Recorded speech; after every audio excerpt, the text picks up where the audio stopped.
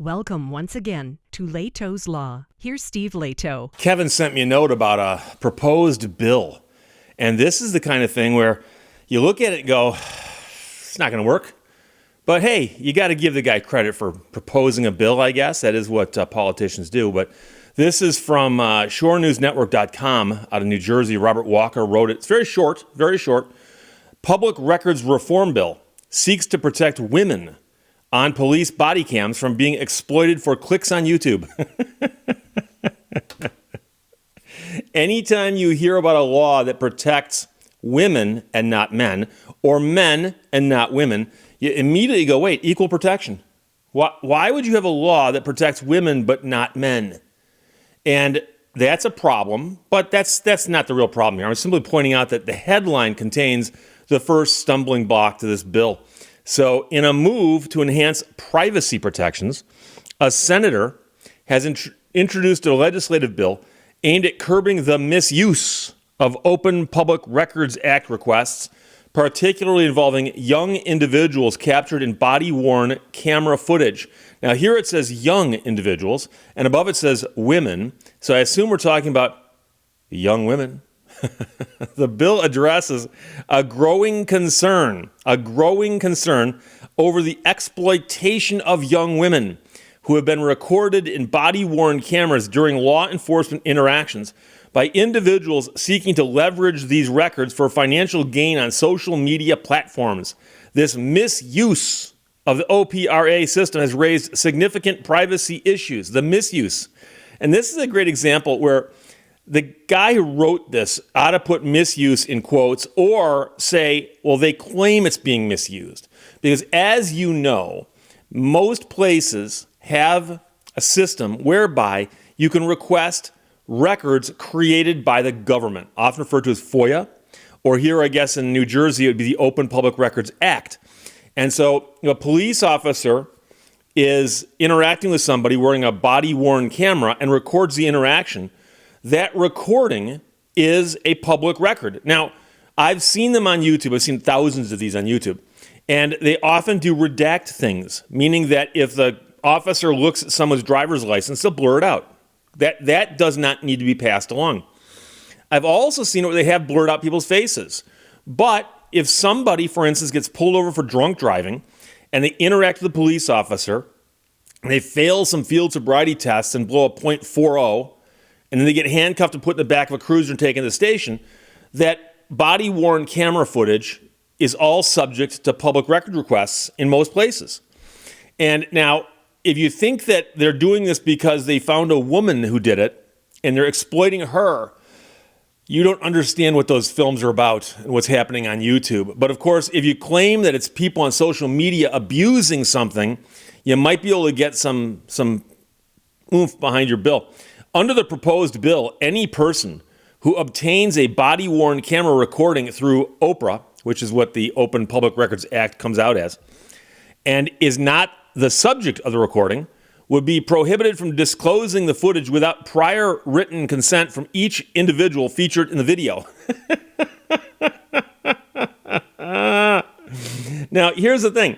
Generally speaking, you have to get a release from somebody if you film them and they speak, and then you show it as part of like a movie or something, right? But you don't need to get, without this law, the actual permission of the people in the film, especially if they're recorded by a public official, with our tax dollars paying for that camera. You don't have to do that unless this bill passes. But this is a bit over the top. So exceptions would be made for disclosures serving a legitimate public health, safety purpose, or a compelling public interest. See, I personally think there's a compelling public interest for people to see what happens at the roadside. I really do. I am convinced that so many people do not understand what drunk driving is all about, that if they saw videos of people who are drunk driving, because you'll see people who stumble out of a car on the verge of alcohol poisoning. You'll also see people who get out of a car and appear to be fairly sober. And you're looking at it going, I wonder if this person's sober or not. And then they blow a .20, and you go, oh, they were drunk, they weren't sober. And that could be a teaching experience, I think. The senator emphasized that while body-worn cameras are pivotal for police transparency, it is crucial to prevent their misuse. The bill seeks to balance the need for public access to records with the protection of individual privacy, specifically targeting bad faith actors exploiting these provisions for personal benefit. There's so much wrong with this. Among them is the privacy. The privacy. How much privacy do you think you're entitled to if you go out and you're drinking and driving and you interact with the police in public? How much privacy? So let me ask you a question. If you're at the roadside and a police officer pulls you out of your car and has you conducting field sobriety tests, and someone's standing on the sidewalk 25, 30 feet away and they're filming it, are they allowed to do that? Because in most places they are. And by most, I mean all. Okay, I know there's some places where it's contentious, but the point is that as of right now, in most places, as long as you don't interfere and you stand off to the side, you can film it. So the idea that you can film it from over there, but you can't use the footage shot by your law enforcement official who's on your dime because he's working for tax dollars, doesn't make any sense. Likewise, saying that this is designed to protect young women, but not young men, apparently, is also a problem.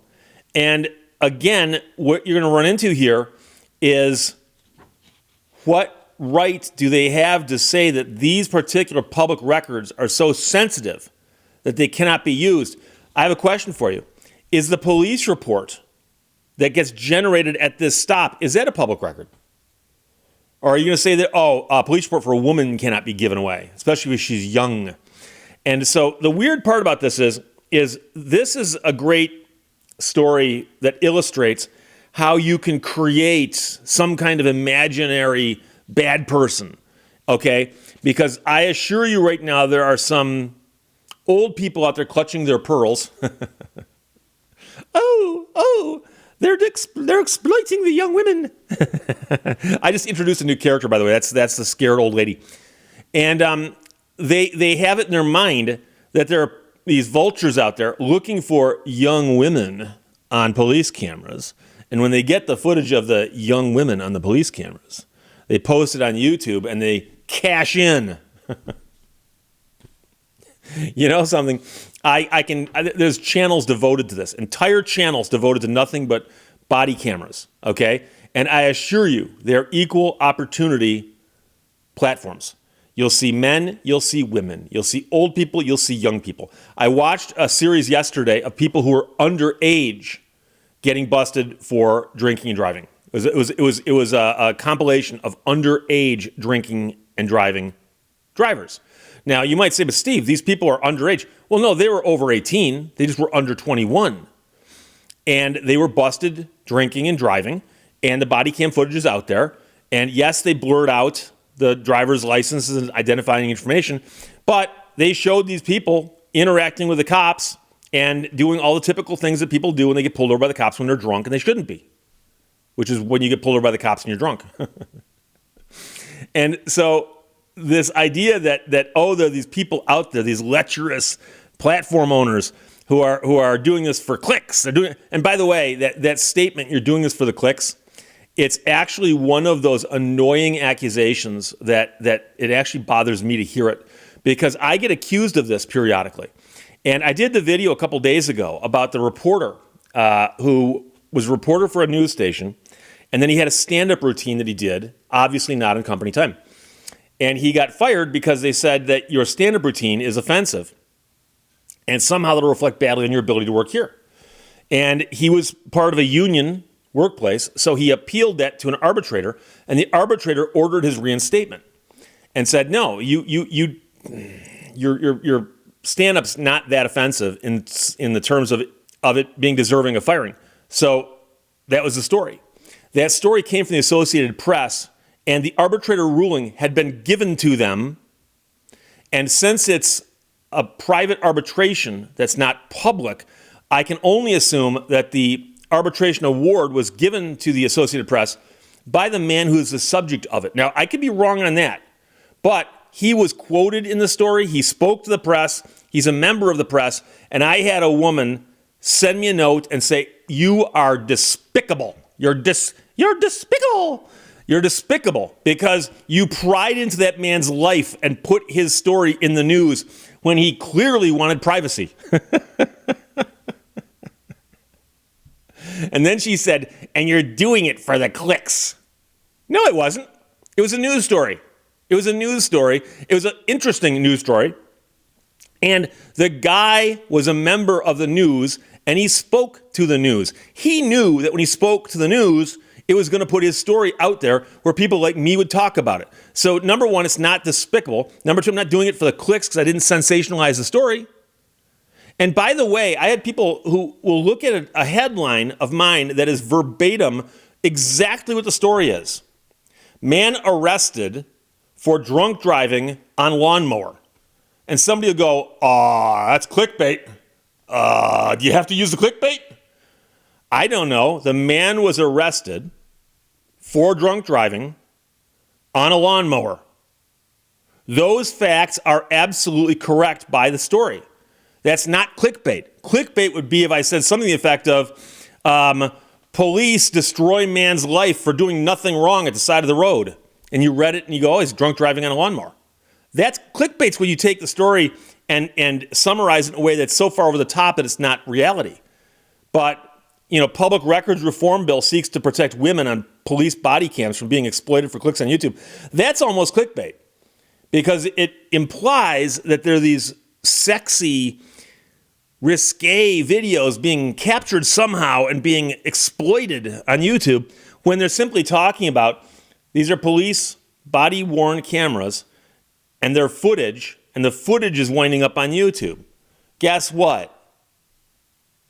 That's what happens in this day and age. So will this bill pass? I don't know. Will it withstand scrutiny? No, it won't. It won't. And I'm not going to get too heavily into that because I've already gone off on too many tangents.